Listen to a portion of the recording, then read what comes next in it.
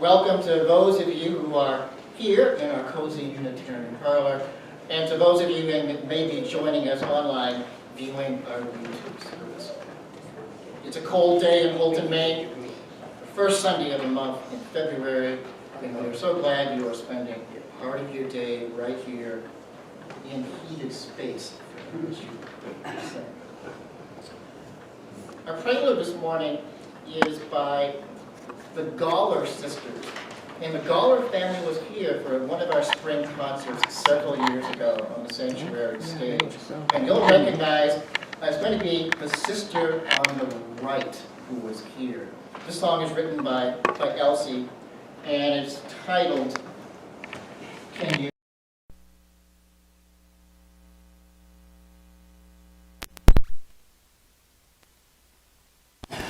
Because of the in the cold mornings and dark days of winter, sometimes we need that up kick to inspire us, to keep us going when days are dark and days are cold.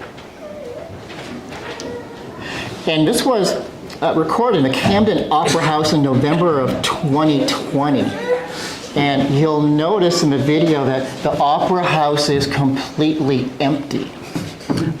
They recorded this during COVID, and this was a way for them to perform on the Camden Opera House floor. Ready, ladies? Yeah. All right. Ready. 1, 2, 3, 4.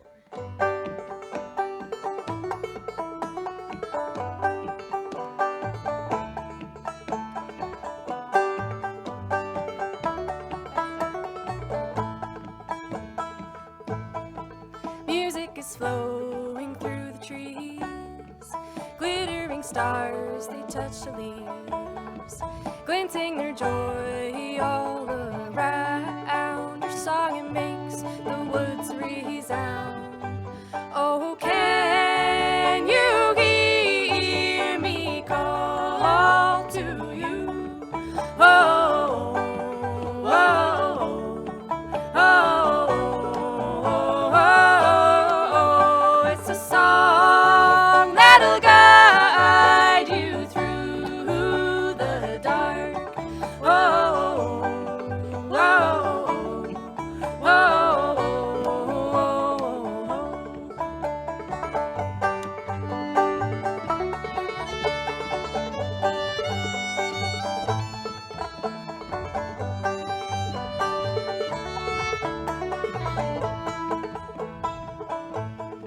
Down this rough and rocky road, on quiet feet we go.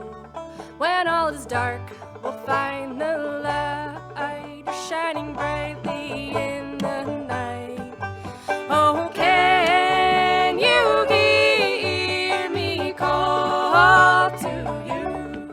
Oh, oh, oh, oh.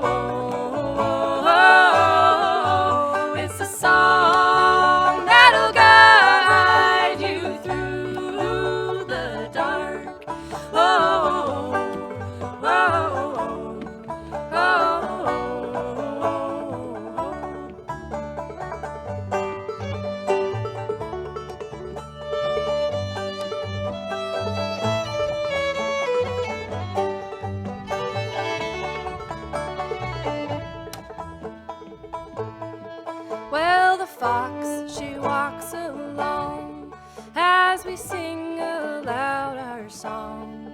Cast the magic, spread it wide. Your hand is soft and warm in mine.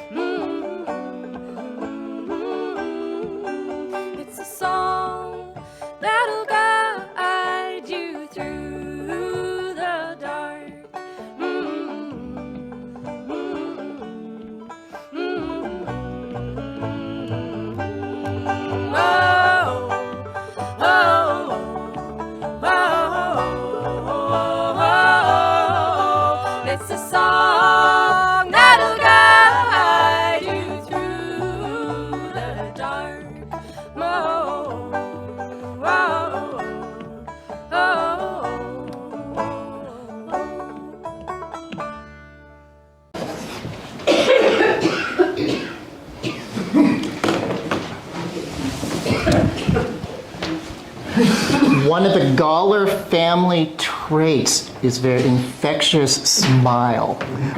I'm not sure if you can really catch it on the screen. And I think on cold days like this, it's like that's all it takes for me to turn it up a notch is if someone smiles, like that. They haven't got to say a word.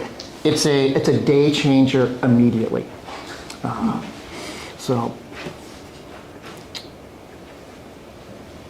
Okay, for our moment of centering silence, let us be mindful and alert to the here and now and the temperature of the space, depending where you might be seated in the parlor this morning.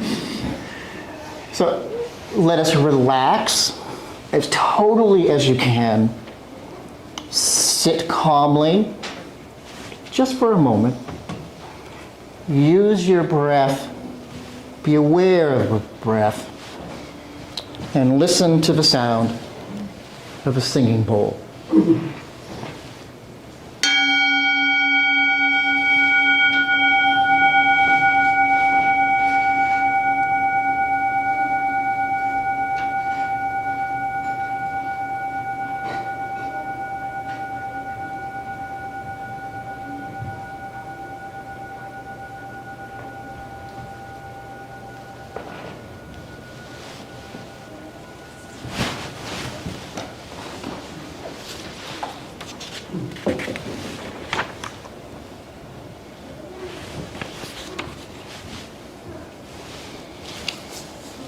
For our chalice lighting this morning, I need 2 members from the Hutchinson family to volunteer. It can be, I'm going to leave that up to you guys, to the family conference, to elect who is going to do it this morning as a team to light our Sunday morning chalice. She's so willing. I know. Okay, guys. Ready when you are.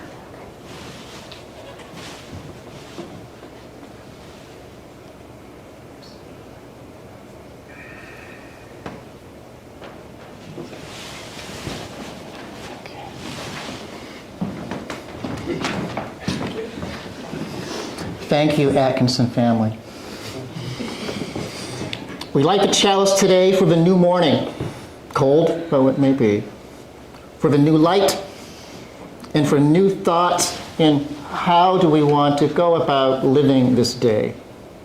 We light this small flame, a cooperative effort.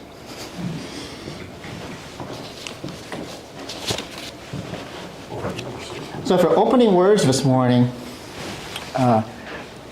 I'm actually using the words from Randy and Ira's service last week when they quoted the Buddha on their service on affirmations and I am. So her quote comes from the Dhammapada, which is a collection of quotes from the Buddha. And this was the translation that Randy used. All that we are is the result of what we have thought, or of what we are currently thinking. So I went back. This is it's a journal or a notebook I've had for several years, beautiful leather bound. And what I've done is created a collection of, it's like one-stop shopping for philosophy and things I want to remember or try to memorize. And it's a collection across varied traditions and even newspaper clippings have showed up in this, I call it a holy book. So there are several quotations from the Dhammapada. So I'm going to read several of these.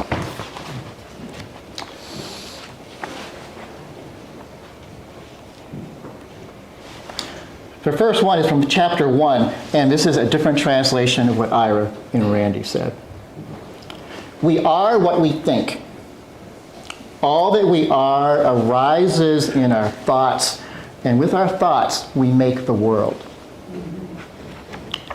William James said, the greatest discovery of my generation is that men and women can alter their life simply by altering the attitude of their mind.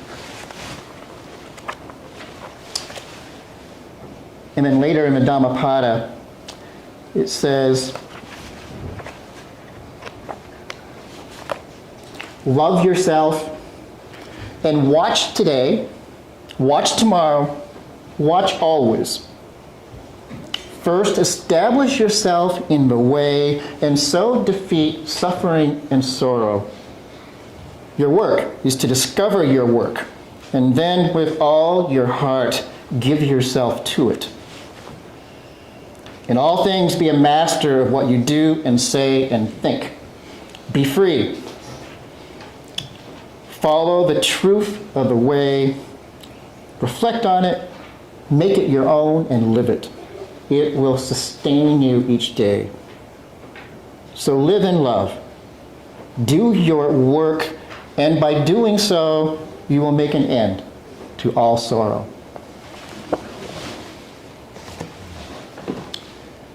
Let's sing a song.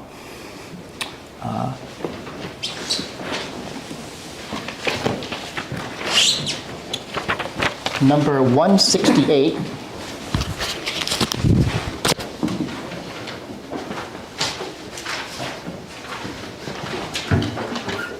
We are going to stand as you are able, and we're going to sing all 4 verses.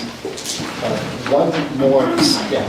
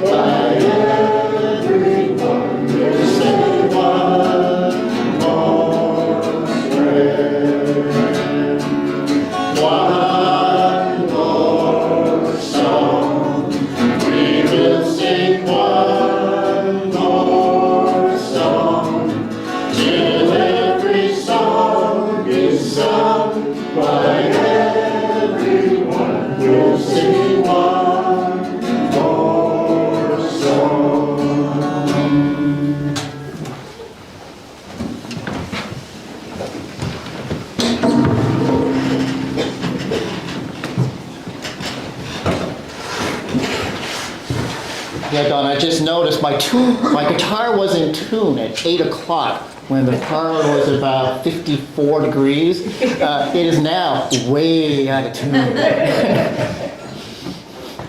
But that's okay. Sounds just as good. Exactly.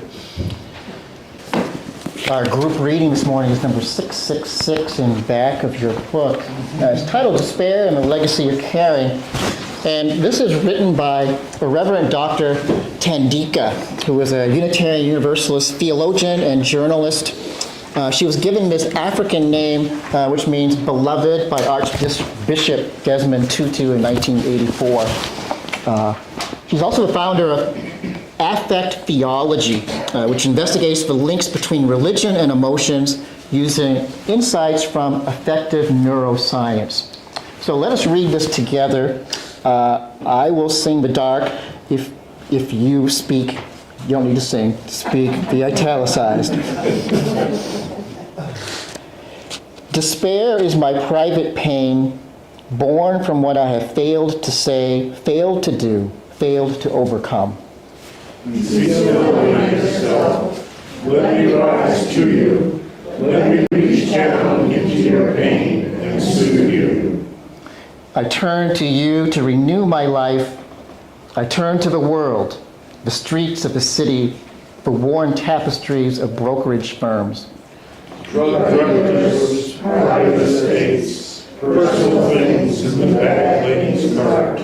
Rage and pain in the faces that turn from me, afraid of their own inner worlds. This one world of generations who refuse to surrender their humanity in an inhumane world courses through my veins. From within this world, my despair is transformed to hope. And I begin anew the legacy of caring.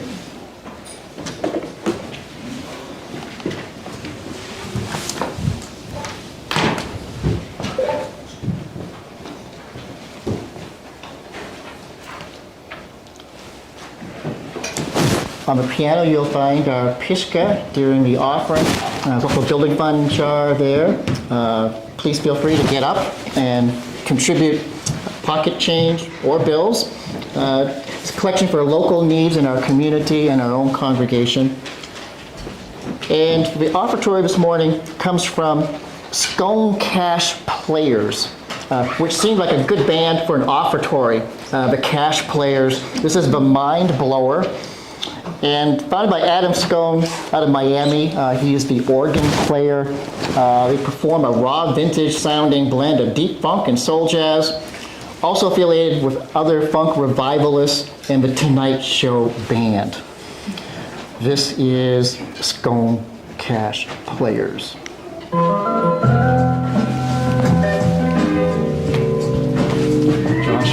Joshua. Let us give with hearts of gladness.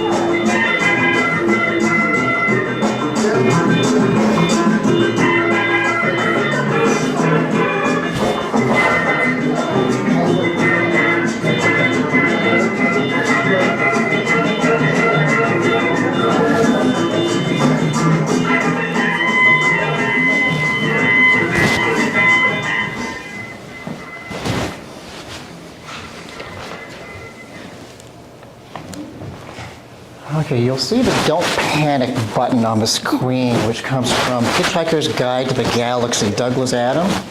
So we'll be talking about that in a minute. On the altar, we have the Staples button to kind of balance it out. It's the easy button. So we're going to be working with these two of these as we talk about our climate challenges, EarthCare for today. Lee, if you push the button. That was easy. Okay, we're going to see how this goes today.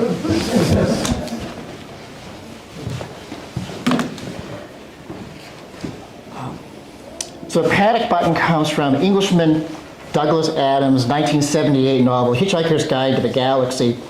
One quotation is, "Nothing travels faster than the speed of light, with the exception of bad news, which obeys its own special laws." For instance, in Hitchhiker's Guide, the Hinge-Reel people of Arkentufel Minor, I'm not sure if I'm saying that right, tried to build spaceships powered by bad news, but these had to be abandoned because they proved extremely unwelcome wherever they went. Which is true with bad news. No one really wants to hear it, but it's hard not to listen to it. In our universe too, bad news travels exceptionally fast, especially if you happen to have a smartphone or look at a flat screen too often.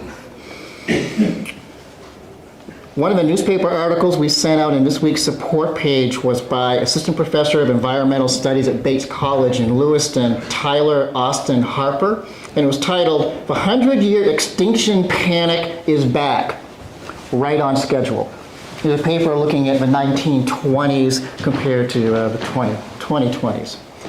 So in this, he coined a term I'd never heard before, but we're going to use it in our EarthCare series. He called it polycrisis, a combination of so many problems on a list. I don't think we need to list a sample of the current challenges facing our planet and our country. We know what they are, and the list seems to grow a bit longer each week. So today what we're talking about in these adjustments are really, it's mindsets is a large part of it. And this is what Ira and Randy talked about last week, of new way of thinking, new approaches to new challenges. It may take an adjustment to our current method of thinking. It may require a shift in consciousness to a different level of consciousness itself. Greg Eisenberg, the author of Humor for Humans, says, "Life is hard, but it does come with free round-trip flights around the sun." So we may need to use a shift of mindset. Okay, that's our topic for today, part 5 of our EarthCare series, adjustments. Or, actually, I'd like to add one more word to the title that appears in today's bulletin. It would be constant adjustments. And we have a 4-point outline for today's talk on constant adjustments, and I'm going to give it to you right up front, and I'll warn you, the first one is going to take most of today's time in the lecture, and then we'll hit very briefly on 2, 3, and 4. So don't be concerned when you see point number 1 going really long. Outline is number 1, for constant adjustments, 1's attitude, 2, aptitude, 3, assessments, and 4, action. And you'll notice in seminary, we always like those alliteration, the same first letter in each one of your points, even if you have to kind of force or twist them to make it work. So that's it. On attitude, what comes up immediately in any we're pretty ambitious in tackling this topic, climate change and its challenges, as a group this year, as a small group as we are this year. But what comes up is this wide list of emotions that you may feel or encounter, if not in yourself, other people who are part of the conversation. Anger, frustration. There's a whole continuum of gradation from that. Fear and anxiety. Indifference, apathy. Grief and loss. Despair. And all of these have a certain level of negativity to them. There's a polarity that can be worked with, kind of the flip sides of those, but we're really looking, there's also a great gradation, a level of each one of those.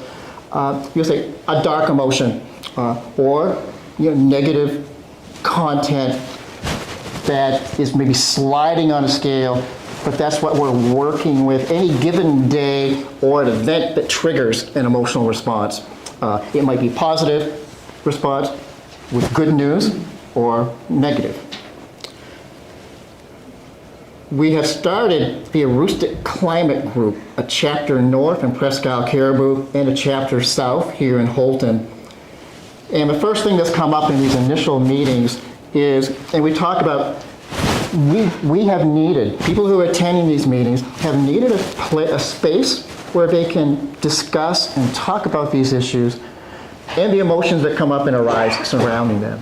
And we're treating this initially as really like a type of support group, of a place where we can work with these emotions, state it, name it, and process some of these emotions in the group itself. We're hoping eventually to offer programming, education, lectures, but initially a lot of the groundwork is who are we as this group, and working through our own negative and positive emotions across the whole landscape. I brought in today a collection of journals. These are actually daily planners, which each one has a little block where you can write down your details for that day. And I started doing this in 1990. So I've got 30 of these books, about 25 of these down front. Every restaurant I've gone to eat is recorded in one of these. Every movie I have seen, everyone I've sat down and shared a cup of coffee with in a conversation, there's some kind of notation. But also, I started recording temperatures, data, snowfall amounts, highs and lows, especially in the winter. Wanting to document course of change from 1990 as I was not realizing that the internet and personal computers will be coming out to make this obsolete. I could just Google in data for northern Maine or Caribou. This is actually Monticello numbers, which probably no one has done that. My research could prove valuable just for downtown Monticello. So I'm going back to 30 years ago today, to 1994, first week of February, and let you know what was going on for temperatures.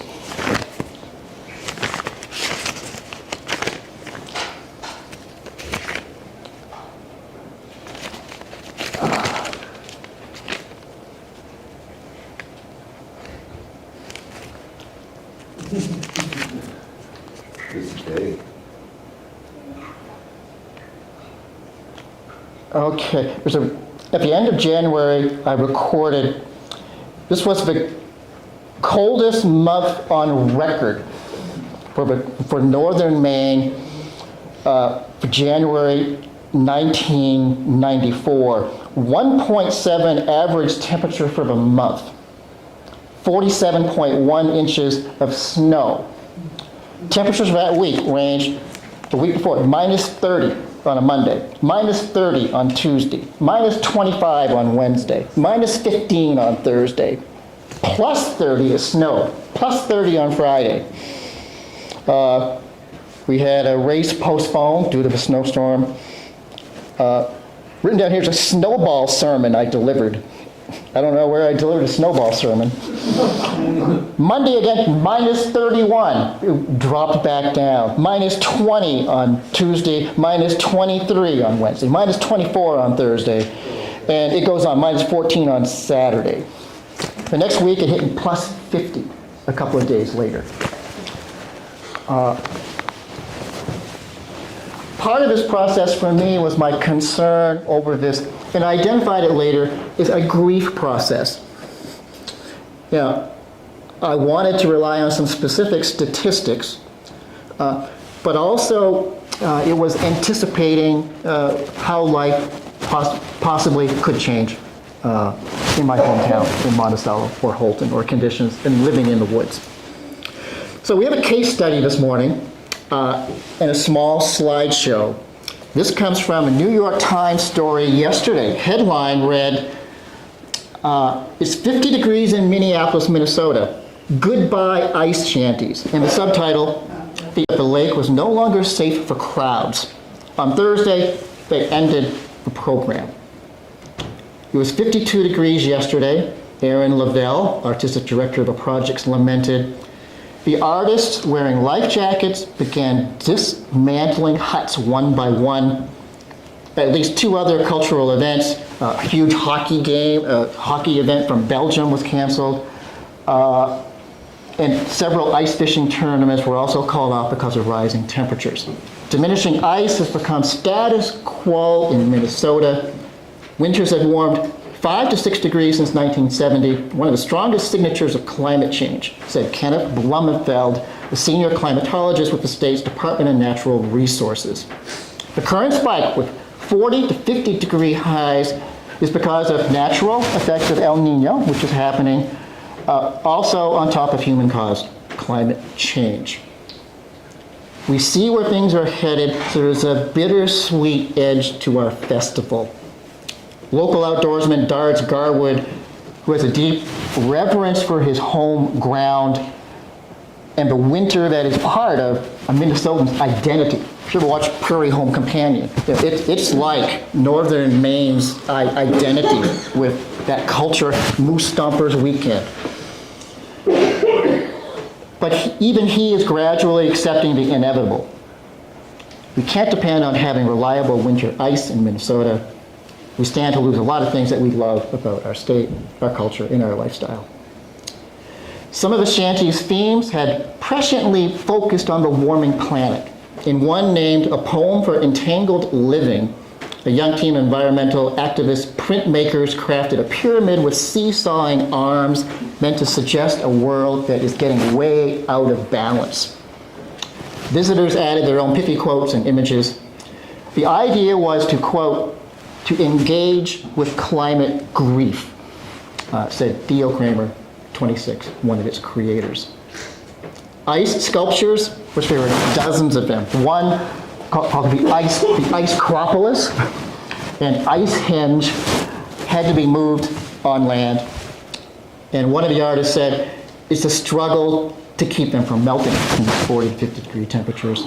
But still, he was grateful that their shanty paradise had had 2 days of life. I think land is more predictable, but there is certainly power and beauty on the lake. So we're going to take a quick, very quick slideshow to just show you a few of these images. This shows you a feel of, this is the coordinator, Erin. She said she's the only artist who has an ice auger. It's like a corkscrew, she said, to measure the thickness of the ice for safety events on the festival. And if you need to get up to get a better view, please go ahead and move around. But here's just a few samples of the small ice shack size art in installments. And this was titled Reduce, Reuse, Re-Xylophone. They use on the side metal piping where you can play musically like an xylophone on the side of a shanty. They have staging for music and concerts, art and bicycling, any vehicle you can get safely on ice and snow. And this is called the Ouija Totter. It's like a teeter-totter, and it'll read your yes or no answers on questions you might answer. This is doing yoga on the lake. They call it froga. Froga. Linda said she is not interested in doing that for moose stompers. This is the Minnesota. It looks very small, but again, it was busy and popular. Artists on the ice capturing, working in mitts and gloves. That's dedicated. And this is the political activist shanty, a lot of information and political groups there sharing their information to fair attendees. And this is part of the breakdown of getting the shanties off the ice, and you can see some of the puddles forming and the wetness on the ice. So it's back to the, it's so easy to push the panic button. But we're trying to find a holding point. As an organizer, you can't panic. You have to make the adjustments in an orderly, safe fashion, and do you organize for the next event or not? What's that going to look like? To try to put a spin or a mindset that has some positive along with that negative input. So that concludes our slideshow.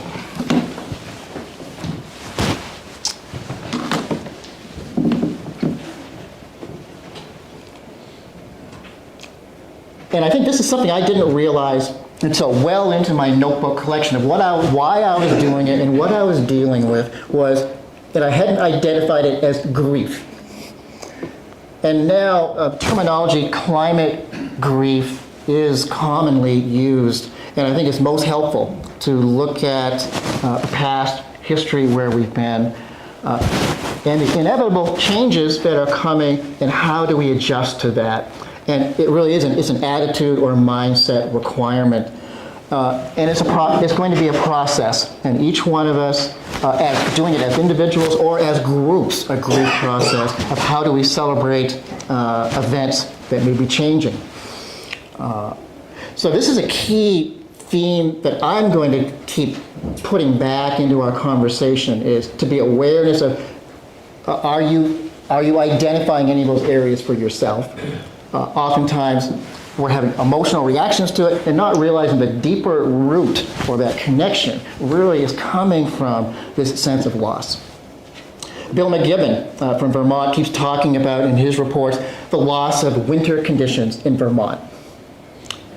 That's why Lake Placid, New York shut down their Olympic cross-country and shooting training grounds and moved it to northern Maine, Presque Isle, and Fort Kent. It's one of the last few cold regions left in the northeastern United States. Several members of our climate groups in Presque Isle and Holton have moved specifically here for that reason, leaving other areas that used to have winter. It wasn't severe enough, and they were looking for a place where they might be able to still experience that. I'm moving on to point number 2, aptitude. So this is identifying strengths and weaknesses or skill sets. It's amplifying your aptitude with the skill sets of not just your own, but others, by joining organizations and movements that are working together for larger and more effective impacts. This is what Bill McGibbon was talking about when he mentioned you can do things individually, yes, but the real key right now is to do things collectively and systemic change in organizing. We asked the big question a couple of weeks ago, what can I do individually? Really, it's what can I do collectively? Again, humorist Greg Eisenberg says, I may be only using 5% of my brain's mental capacity, but that's okay. I'm only taking out the garbage. With constant adjustments, we're trying to look for ways to increase your percentage of capacity and potential of your own skill set, which is going to require identifying it and then working with it, practicing with that, and expanding so that 5% or whatever actually expands to focus and concentration and training to use more of our percentage capacity potential. Number 3, assessment. Constantly evaluating your current state of options, resources, technological advancement, personal energy level, and the demands facing you, your community, and the world at large. Cosmic scale, if you choose to go there. As Douglas Adams says in Hitchhiker's Guide, space is big, really big. You just won't believe how vastly, hugely, mind-bogglingly big it is. Constantly assessing and then reassessing your assessment, all of it. And number 4, action. Just trying to figure out what is the best thing to do next. Assess, adjust, readjust, and then to constantly and consistently keep doing that over and over again in the most positive, optimistic mindset possible. And in the bulletin, you'll see the quotation I've included. We're not going to read it, but that is one of the best summations of what we're talking about. How do we move forward? What do we do when your world is ending, or is changing, or you're grieving that and aren't sure what's coming next?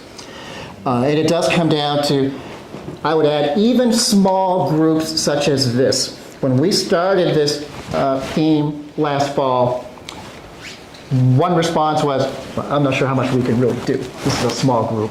What kind of impact are we going to have when we come out of this in 6 months? But at this point, at this midway point, I'm starting to see like, no, it's like I was a little off on that assessment. I'm thinking that 25, 30, 40 people, at least having a conversation about it, and looking at positive potential outcomes and adjusting as we go in assessments, if that really is a key early part of the process. I would not want to be doing this work alone, which I was.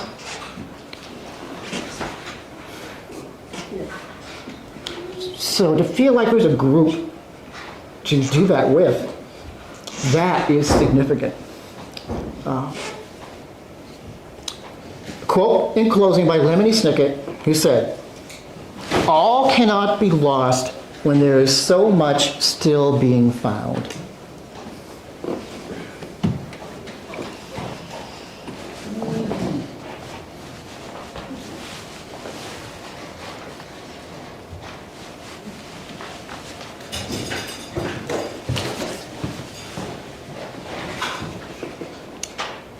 As we extinguish our chalice today, may our spirits be renewed and our resolve strengthened as we meet the challenges of the day ahead. We extinguish our chalice only until we gather again to reignite the flame that burns within and among us in all that we do as fellow travelers in this beautiful world of sorrow and wonder. Let us continue with our day. It is so good to be here. I want to thank everybody for tuning in today. If you'd like to show your support, please hit the like button, subscribe to our channel if you're not already subscribed, and help us out by sharing this message by clicking the share button. If you'd like to make a monetary donation to you, Church Holton, there is a link to our online donations in the video description down below. And again, thank you so much, and have a blessed day.